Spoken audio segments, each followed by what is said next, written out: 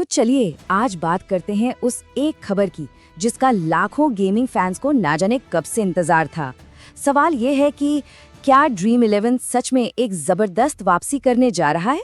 आइए पता लगाते हैं। जी हाँ, बिल्कुल सही सुना।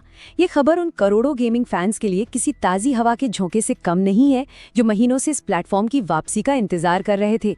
एक बहुत लंबे और अनिश्चित बैन के बाद अब आखिरकार कुछ ऐसे संकेत मिल रहे हैं कि वापसी का रास्ता साफ हो रहा है। तो कहानी का पहला चैप्टर खुलता है इसी नई उम्मीद के साथ। एक ऐसा अपडेट जिसने देखते ही देखते पूरे फैंटेसी स्पोर्ट्स कम्युनिटी में एक अलग ही हलचल मचा दी है। सोचिए, जब ये ऐप अचानक बैन हुआ था तो लाखों यूजर्स को कैसा लगा होगा। ये एक बड़ा झटका था। बहुत से लोगों के लिए ये सिर्फ एक गेम नहीं था, बल्कि अपनी स्पोर्ट्स की नॉलेज को आजमाने और दोस्तों के साथ थोड़ा हेल्दी कंपटीशन करने का एक मजेदार जरिया था। लेकिन लगता है कि वो निराशा का दौर अब खत्म होने वाला है। लेकिन हम आगे बढ़ें उससे पहले ये समझना बहुत जरूरी है कि आखिर इतना पॉपुलर ऐप बैन हुआ ही क्यों था। चलिए जरा इसके पीछे की वजहों पर एक नजर डालते हैं। और देखिए, ये सवाल सिर्फ ड्रीम 11 का नहीं है, बल्कि भारत में पूरे ऑनलाइन गेमिंग सेक्टर के लिए बहुत अहमियत रखता है। इसका जवाब हमें उन पेचीदा कानूनी रास्तों के बारे में बताता है जिनसे इन कंपनियों को गुजरना पड़ता है। असल में वजह कोई एक नहीं थी, बल्कि कई सारी थीं। सबसे बड़ा पेंच था कानूनी विवादों का। कई राज्यों ने ऑनलाइन गेमिंग पर ही पाबंदी लगा दी, क्योंकि वो इसे स्किल का खेल नहीं बल्कि किस्मत का खेल मानते थे। जैसे कि तमिलनाडु और आंध्र प्रदेश। यहाँ तो इतने सख्त कानून बना दिए गए कि ड्रीम 11 जैसी कंपनियों के लिए ऑपरेट करना लगभग नामुमकिन हो गया। और नतीजा, करोड़ों यूजर्स अचानक से ऐप से बाहर हो गए। तो ये तो हो गई प्रॉब्लम की बात। अब कहानी का रुख थोड़ा मोड़ते हैं और समाधान की तरफ देखते हैं। चलिए जानते हैं कि कंपनी इस मुश्किल सिचुएशन से बाहर निकलने के लिए क्या-क्या ठोस कदम उठा रही है।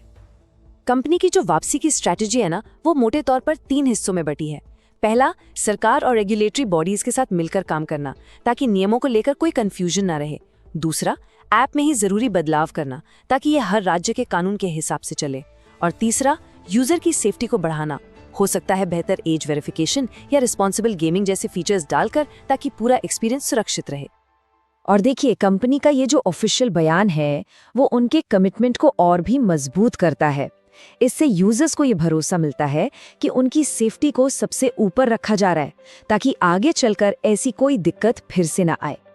चलिए अब बात करते हैं उन लोगों की जिनके लिए ये ऐप सिर्फ एक ऐप नहीं बल्कि एक पैशन है।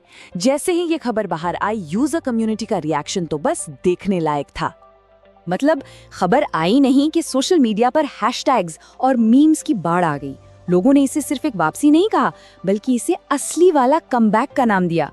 ये दिखाता है कि ये कम्युनिटी कितनी मजबूती से इस प्लेटफॉर्म के साथ जुड़ी हुई है। और हाँ, ये संख्या कोई 1000 या लाख में नहीं है, ये करोड़ों फैंस हैं जिनके लिए क्रिकेट देखना और अपनी फैंटेसी टीम बनाना, ये दोनों चीजें एक दूसरे से जुड़ी हुई हैं। उनके लिए ये सिर्फ एक ऐप नहीं बल्कि खेल से जुड़ने का एक बहुत जरूरी हिस्सा है। तो माहौल तो काफी पॉजिटिव लग रहा है, लेकिन अब सवाल ये है कि आगे क्या होगा। आइए इस सफर के आखिरी पड़ाव पर एक नजर डालते हैं और देखते हैं कि आने वाले समय में हमें क्या उम्मीद रखनी चाहिए। एक्सपर्ट्स का तो यही मानना है कि अगर सब कुछ ठीक ठाक रहा तो आने वाले कुछ ही हफ्तों में ड्रीम 11 पूरी तरह से फिर से लाइव हो सकता है। हालांकि हमें ये याद रखना होगा कि कंपनी और सरकार दोनों की तरफ से एक ऑफिशियल अनाउंसमेंट का इंतजार अभी भी बाकी है। और आखिर में एक बड़ा सवाल, ड्रीम 11 की ये वापसी सिर्फ एक ऐप की वापसी नहीं है, बल्कि ये भारत में पूरे फैंटेसी गेमिंग के भविष्य के लिए एक मिसाल बन सकती है। ये तय कर सकती है कि इस इंडस्ट्री का आगे का रास्ता कैसा होगा। सोचने वाली बात है ना? अगली बार तक सोचते रहिए।